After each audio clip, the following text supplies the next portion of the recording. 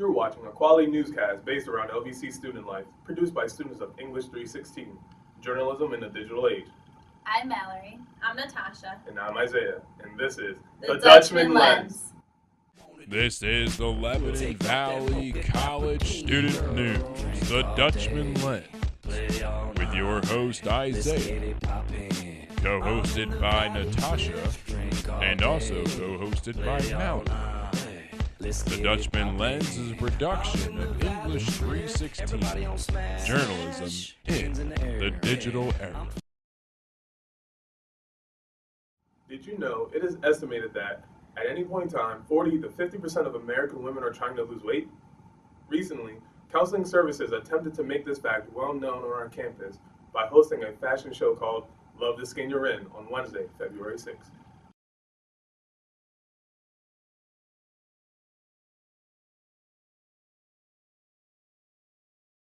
Hi, I'm Ryan Hahn. I'm a freshman, music ed major.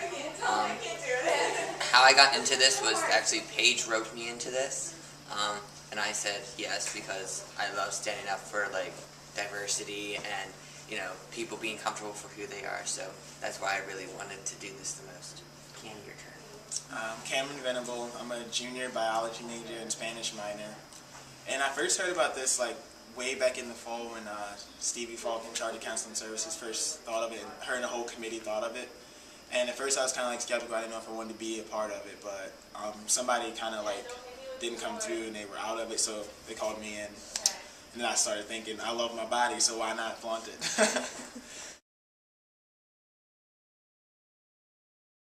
I'm feeling great, actually. Feeling pretty good. I was a little nervous this morning, but I'm feeling good. Doing this whole thing about loving your body is kind of a cool concept because in society a lot of people are uncomfortable with their bodies because it's supposed to be extra skinny or it's supposed to be muscular or whatnot. But in reality, what you see on TV that's not what you see in everyday life. Everybody has different body types. Everybody comes from different places. We all look different, and that's how we should embrace each other by our differences. So. As Cam said, society's putting all this pressure on, kids, and not just kids, even adults, to look like this grade A model on TV, to look skinny, to be muscular, to have this fabulous body. But in reality, we're all different shapes, sizes, colors. We all have different kinds of things. So I think that this fashion show will really emphasize today, with all the different models. We're all different people, and we all like different things. Isaiah, I know you participated in the fashion show and you looked great. Thank you very much. I tried my best. It was a really good fashion show, and we just tried to express, trying to look good in the skin you're in, and trying to, shop on budget. So I think we did well. I definitely think that came across. In other news, the campus has become the canvas for the LVC community. Let's drop in to see what Nikki Abamont has to say about her individualized major and her involvement with a record label on campus.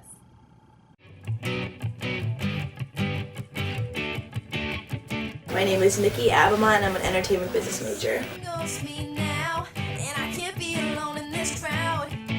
My major is a combination of the business classes as well as the music business classes. I actually was supposed to be a music major here, and then that's why I individualized it, because I didn't think it was necessary to have to do all these musical theory things. I think it's really interesting and I really appreciate knowing that. However, I really just want to focus on the business side.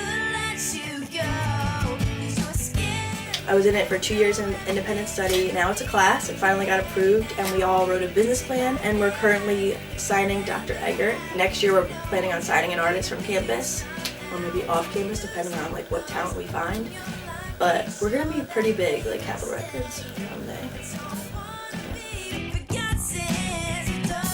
I am the chair of entertainment, nighttime entertainment this year. Saturday night, Friday night, and this year we got Sammy Adams coming. It's a real big deal because this is probably the biggest artist that we've ever had, #1, and a lot of people are pretty excited about it, which also has never really happened. So this is gonna be a big year.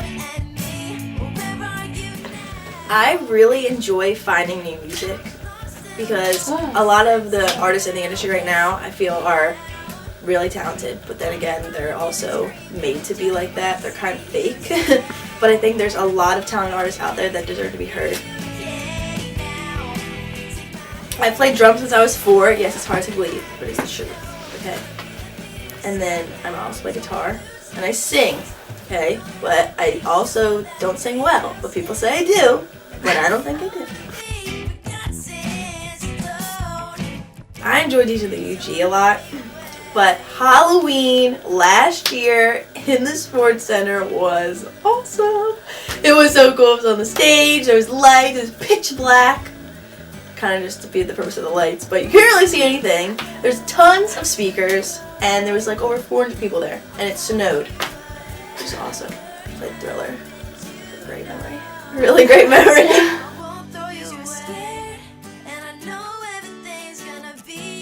I do think that LVC is a school for arts and entertainment mainly because, yes, it is a small school, but they offer a lot of opportunities for us to get involved in the arts and entertainment on campus. So there's Valley Fest #1. You can DJ at the UG. There's a lot of dances that you could go to. Our music program here is phenomenal. There's a lot of great professors here that actually have done a lot in their careers and are willing to share that with their students. In local news, a new fast food restaurant has opened up in Anvil. If you're sick of the cafeteria, you could take a break and grab some Subway on the corner of Route 422 and 934. It's official, pledging season has begun. A special congratulations to all the new members of the Greek community. And now, let's go back to Natasha for her short segment on sustainability. Did you know that last semester, LVC students printed over 1 million pages of paper? That's 90,000 pages more than just the semester before. That means, on average, each person at LVC prints 500 pages of paper. Do you know how much you print? For more information on sustainability, visit nickthrockhill.blogspot.com. Now let's check in with Mallory on the court. Congratulations to the men's and women's basketball team for their wins last Wednesday night, and a special shout out to the women's team for raising all their money in the pink game. While the Super Bowl created quite the ruckus throughout America, LVC has been creating its own ruckus here on campus. Let's check in with the sports scene and see what's been happening in their locker rooms. I wore number 10 in high school, and I wore it because I fell in love with Mike Bibby when he played for the Sacramento Kings. Alright, I've worn number 70 most of my life playing football.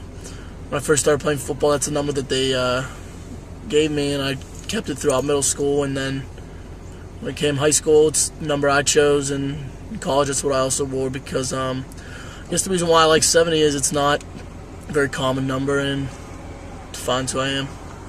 In high school, I was number 32, but when I came to LVC, 32 wasn't available, so they gave me number 39. At first, I didn't really like 39, but it kind of grew on me, and I felt like I could make my own legacy and I could start a new chapter in my life with number 39. So I kind of embraced it and made the best out of it. I wear number 7 because it means a lot to me. I've been wearing it since 3rd grade when I first started playing football.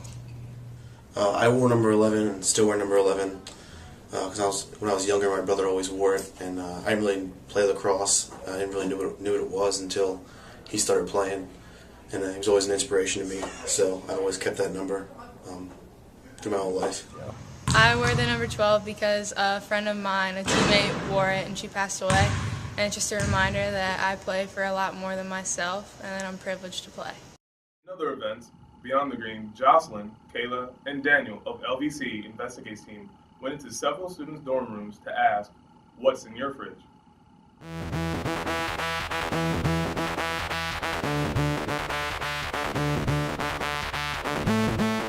Okay, well, what you see on the door here is a couple cans of Sprite Zero and a couple water bottles. And get some more Sprite Zero in here, some more water bottles. Oh, we have a bunch of water. We like to keep hydrated with water. I like my high C. Juice boxes are always good. Got some leftover ravioli from home, so you don't have to eat that Mets food. We have half and half. Some half and half. It's like here. Some milk. We got leftovers. Leftover chocolate chip pancakes. They're gross looking, but they're delicious. Now let's go beyond the classroom with Nick Kara, and Morgan to learn what Dr. Taylor of the Art and Art History Department accomplished over his sabbatical leave this fall. Where did you go and what did you do on your last sabbatical? Okay, yeah, I went, so I had the semester off to pursue research, which is great because during the semester there's so much teaching that it's difficult to do research.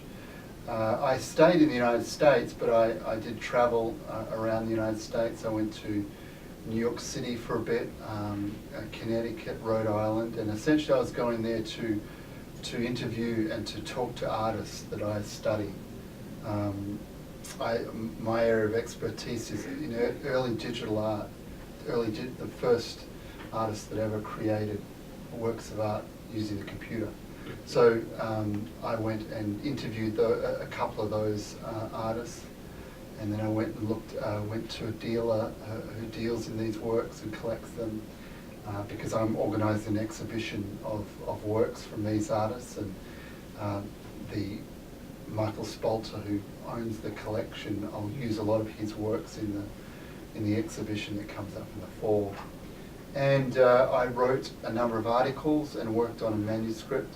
I've got some of the publications here, one in Media N about one of the artists, and another one, an early one on the early stages of digital art in mainframe experimentalism.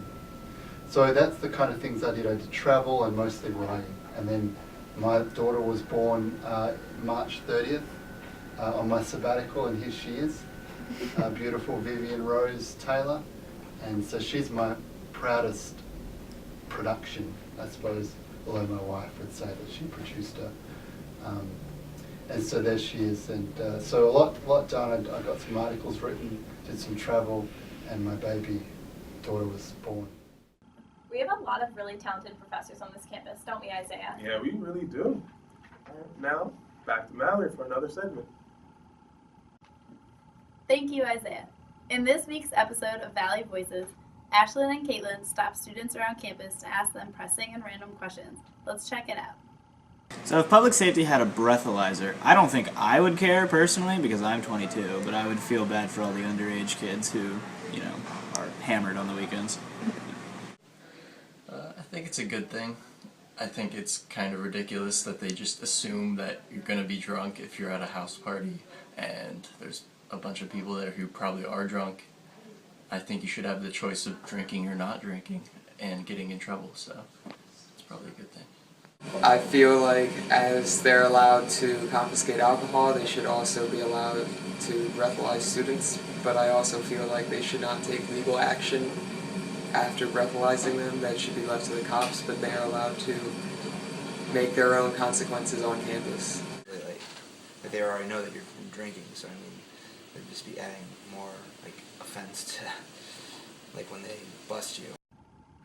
So what do you two think about this breathalyzer deal? Do you think it's a step too far? I personally disagree with it just because it's an invasion of privacy, and I think that, yes, you shouldn't be drinking under the age of 21, but it's bound to happen, and I think that students should be left alone. Well, coming from my standpoint, I actually think it might be something that might be beneficial, only because, there are students that are kind of underage, they go out, they have fun, but at the same time, not everyone drinks, as surprising as that may be. So even if they were caught at a party and they did get a breathalyzer test done to them and it comes up 0, then maybe I feel they should also get a lesser fine because of that. Just because they were in the presence of alcohol doesn't mean they were necessarily drinking. So I think that could also have some implications on some of the alcohol rules and policies here at LVC. I don't know. As a 21-year-old, I'm not really concerned about it personally, I guess, because it doesn't matter if I'm drinking on campus, so it's not really a concern to me right now. All right, that's true. But I mean, obviously you're 21, you can drink, do whatever, but just as I was going again, everyone gets stressed out. Everyone needs some way to relieve themselves of that stress, and some like to go out, like to have a good time, and some like to drink. Whatever, we're adults now, we understand that, but at the same time, people, don't also drink to relieve that stress. Well, there will be more to discuss next time. Once again, I'm Natasha. I'm Mallory. And I'm Isaiah, and this has been another view through the Dutchmen Dutchmen lens.